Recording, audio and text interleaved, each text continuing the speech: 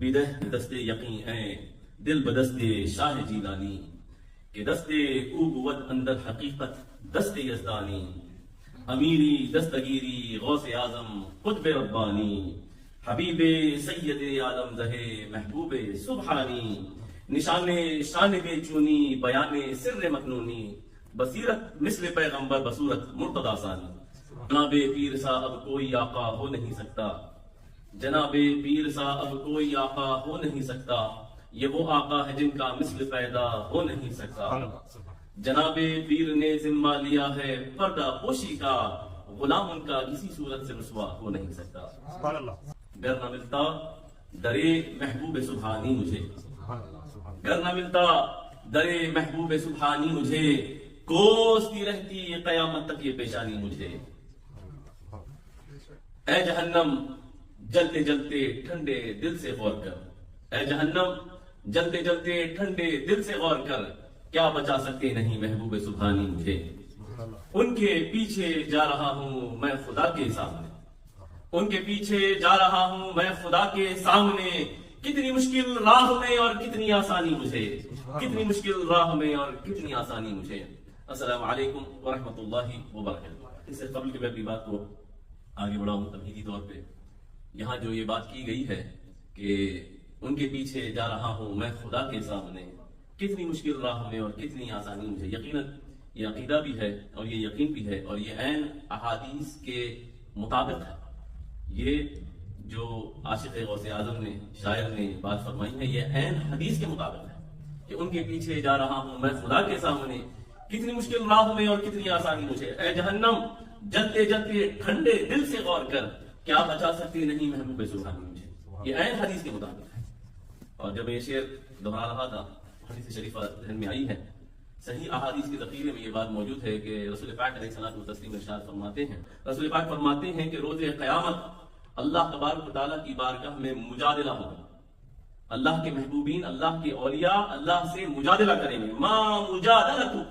احدکم فی الحق یکون فی الدنیا اور سرکار فرماتے ہیں کہ اس کا کوئی مقابلہ اس مجادلے کا اس دنیا سے کوئی نہیں کر سکتا یعنی اپنے حق کو پانے کے لیے وہ مجادلہ دنیا میں کوئی نہیں کر سکتا جو اللہ کی بارگاہ میں اللہ کے محبوبین کریں گے اور یہاں مجادلے سے مراد ہے کہ اللہ تبارک و تعالیٰ کی بارگاہ میں ضد کرنا اور اللہ تو ناز برداری کرتا ہے اللہ ہی تو کریٹر ہے اللہ ہی نے تو پیدا کیا ہے اور اللہ ہی نے تو طاقت دی ہے اللہ ہی نے ان کو یہ جرت دی ہے کہ وہ اللہ سے مطالبہ کرے گزارش کرے درخواست کرے اور وہ ایسا گزارش ہوگی ان کی اللہ کی محبوبین کی اللہ کے اولیاء کی ایسی گزارش ہوگی کہ اس کا کوئی کمپیریزن اس دنیا سے نہیں کیا جا سکتا اتنا وہ مجادلہ کریں گے اور اللہ کی بارگاہ میں عرض گزار ہو جائیں گے کہ مولا یا الہ العالمین اے بار الہ یہ تو نے کیا کر دیا تو نے وہ جو ہمارے ساتھ نمازیں پڑھا کرتے تھے وہ جو ہمارے ساتھ روزہ رکھا کرتے تھے وہ جو ہمارے ساتھ حج بیت اللہ کا سفر کرتے تھے یا اللہ تو نے ان کو ہمارے چاہنے والوں کو ہمارے متبعین کو ہمارے جو اطاعت گزار تھے جو ہماری اتباع کرتے تھے ان کو مولا تم نے جہنم میں ڈال دیا اللہ اب یہ جب مجادلہ سخت ہوگا تو پھر اللہ تبارک و تعالیٰ ارشاد فرماتا ہے قال فیقول اذهبوا ٹھیک ہے جاؤ جن کو تم جانتے ہو ان کو جا کر نکال کر جنت میں لے جاؤ اور صحیح حدیث بیان کر رہا ہوں اب یہاں پہ ایک نقطہ یہ بھی سماعت فرما لیجیے کہ نمازیں پڑھتے تھے روزے رکھتے تھے حج کیا کرتے تھے اللہ اکبر باوجود اس کے کتاب الہی ان پہ نازل ہو گئے تو کوئی اگر کروڑوں سجدے بھی مارے تو کیا کسی کے پاس کوئی سرٹیفکیٹ ہے تو اپنے سجدوں پہ ناز نہ کرو اگر کروڑوں سجدے بھی مارنے کے بعد اللہ تبارک و تعالیٰ کا فضل شامل حال نہ ہو اللہ اکبر پھر اللہ کے کتاب سے اور ایک نیکی کر دو اللہ کا فضل اگر شامل حال ہو جائے تو پھر کامیابی لیکن ضمانت ہے شفاعت کی رسول پاک کی غلامی کی کہ رسول پاک اپنے غلاموں کو کبھی اکیلا نہیں چھوڑے ارے رسول پاک تو بہت بڑی بات ہے ارے رسول پاک کے غلام رسول پاک کی اولاد اپنے چاہنے والوں کو اکیلا نہیں چھوڑے اور احادیث کے ذخیرے سے بات بیان کر رہا ہوں کہ یہاں پہ مجادلہ کیا جائے گا تو اب اس کا مفہوم آپ کو سمجھ میں آئے گا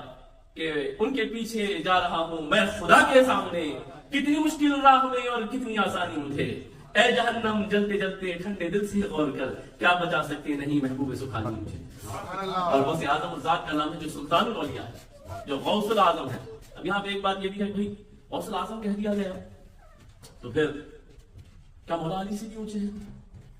کیا امام جعفر صادق سے بھی اونچے ہیں؟ بات سب سے اونچے ہیں، بہت اونچے ہیں، غوث الاعظم ہے، لیکن اپنی کلاس میں جو سیدنا غوث، اور آپ کی کلاس بہت اونچی، سب سے اونچی ہے، لیکن اب کوئی سوال کرے کہ نہیں بھائی ائمہ اہل بیت سے بھی، کیا امام جعفر سے بھی، امام باقر سے بھی، امام زین العابدین سے بھی، کیا احمقانہ سوال ہے؟ یہ کیسی ناسمجھی کی بات ہے کہ جو ذات بابرکت یہ فرماتی ہے کہ میرے نام کے ساتھ میری نسبتوں میں صرف حسنی نہ لکھو، حسنی تھے، کہا حسینی بھی لکھو، جعفری بھی لکھو، یہاں پہ اپنی نسبت کا اظہار کر رہے ہیں، تو یہ کیسی بات ہے؟ تو معلوم یہ ہوا غوث الاعظم بہت بلند ہے، لیکن جس کو کرم ملا ہے سیدنا مولا کائنات کے لعاب دہن سے، یعنی سرکار پاک علیہ الصلوۃ والتسلیم نے جس کے منہ میں لعاب دہن ڈالا، اور سرکار مولا کائنات نے جس کے منہ میں لعاب دہن ڈالا، اور اس کے بعد سیدنا غوث الاعظم بنے ہیں، تو پھر ایک ایسا احمقانہ سوال ہے۔ تو پریشانی کی کوئی بات نہیں، ہمارے یہاں بزرگ کا لقب ہے اور ان کو پکارا جاتا ہے شہنشاہ ولایت کے نام سے۔ تو بعد لوگوں نے سوال کیا کہ بھائی شہنشاہ ولایت یہ کیسی بات ہے؟ بھائی شہنشاہ ولایت تو مولا نہیں، یہ تیری نہ سمجھی ہے، یہ اپنی کلاس کے اندر بھائی اب کوئی شہنشاہ ہے، کوئی بادشاہ ہے، یا اگر شہنشاہ یا راجا یا بادشاہ اگر کہتے ہیں کیا پوری کائنات کا بادشاہ بن کے؟ نہیں، وہ اپنے علاقے میں اپنے جورسڈکشن کا وہ شہنشاہ ہے۔ تو غوث الاعظم یقیناً سلطان الاولیاء سب سے اونچے ہیں، لیکن ائمہ اہل بیت یقیناً ان سے اوپر، جس کی نسبت کی گواہی خود اپنے نام کے ساتھ وہ دے رہے ہیں۔ عزیزان الحمدللہ، پہلے تو آپ سب کو مبارکباد ہے کہ حضور سیدنا غوث الاعظم رضی اللہ تعالیٰ عنہ کی غلامی کی نسبت سے جو ہم نے 11ویں شریف منائی ہے پچھلے منگل کو، الحمدللہ وہ ایک ہسٹوریکل ایونٹ الحمدللہ ہے، اور بلکہ اس خطے میں بڑا اس کا چرچا چلا ہے، اور ہم چاہتے بھی یہی ہیں، ہماری کوشش بھی یہ رہی کہ اہل سنت کو اکٹھا کیا جائے، ان کی طاقت کا اظہار کیا جائے، ان کو مستحکم کیا جائے، ان کو متحد کیا جائے، اور یہ بات باور کی جائے کہ اہل سنت والجماعت یہ کوئی دھکیال نوسی لوگوں کی جماعت نہیں ہے، یہ وہ جماعت ہے جو عالم اسلام کی 70% پاپولیشن سے مشتمل ہے۔ آپ اپنے آپ کو سمجھیے، آپ حضرات خود اپنے آپ کو سمجھیے کہ آپ کی طاقت کس قدر ہے کہ تقریباً 70% پاپولیشن آف مسلم امہ و اہل سنت والجماعت، اور جس طریقے سے آپ حضرات کے لباس تھے، نظم و ضبط تھا، آپ کے معاملات تھے، اور لوگوں نے بارہا توجہ دلائی کہ صاحب جو ادب کا مظاہرہ کیا جا رہا تھا والنٹیئرز کی جانب سے، اور نظم و ضبط کا اور سلیقے کا جو مظاہرہ کیا جا رہا تھا وہ لاجواب تھا، اور یہی تو مومن کی نشانی ہے کہ وہ ہمیشہ اپنے اخلاق سے، اپنے کردار سے، اپنی اچھائیوں سے، اپنے سلیقے سے لوگوں کو متاثر کرتا ہے۔ رسول پاک علیہ الصلوۃ والتسلیم نے جو دین مدین کی تبلیغ فرمائی ہے وہ ساری کی ساری اخلاقیات، یہ بالکل بڑا جھوٹ ہے کہ تلوار کی نوک پہ اسلام پھیلا گیا، نہیں، اسلام تو سرکار کے اخلاق کریمانہ کو دیکھ دیکھ کر پھیلا گیا ہے۔ ارے سرکار تو بڑی بات ہے، ارے سرکار کے غلاموں میں اللہ تبارک و تعالیٰ نے وہ تاثیر عطا فرمائی کہ چہرے کو دیکھے تو 90 لاکھ مسلمان ہو گئے۔ حضور سیدنا غریب نواز خود سسر العزیز، آپ کا واقعہ عرض کرو کہ وہ ذات گرامی کی جو سلطان الہند بنا کر بھیجے گئے، جو عطائے رسول ہیں، سرکار کے حکم سے ہندوستان تشریف لائے، اور ہزارہ لاکھوں لوگ دائرے اسلام میں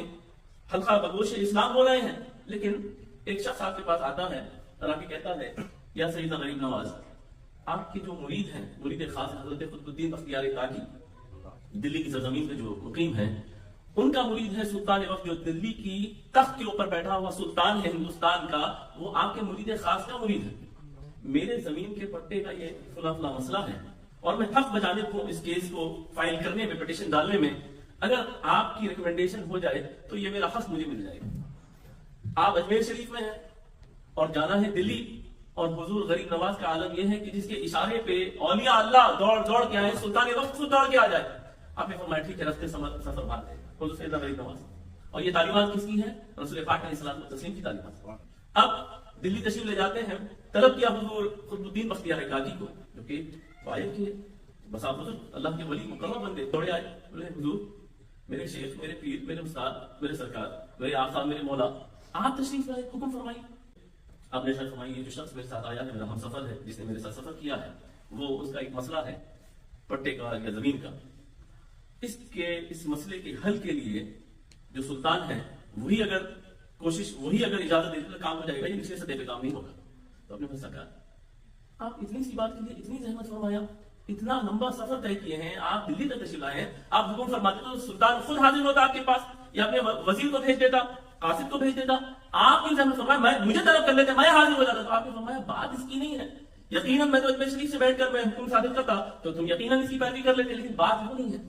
بات یہ ہے کہ یہ جو میرے پاس ایک امید لے کر آیا تھا، اس کی دل جوئی کیسے ہوتی، اس کے دل کو سکینہ، سکون، تسکین کیسے ملتا اگر میں نہیں آتا اس کے ساتھ؟ تو اس کی دل جوئی کی خاطر میں نے سفر کیا ہے۔ یہ ہے تعلیمات مصطفیٰ علیہ السلام، یہ ہے تعلیمات، اور ہم کو بھی چاہیے کہ ہم ان تعلیمات کے اوپر عمل پیدا ہو۔ اچھائی کے ساتھ پیش آنا یہ یقیناً کامیابی کی گواہی، ایک دوسرے کے ساتھ اچھا خیال رکھنا۔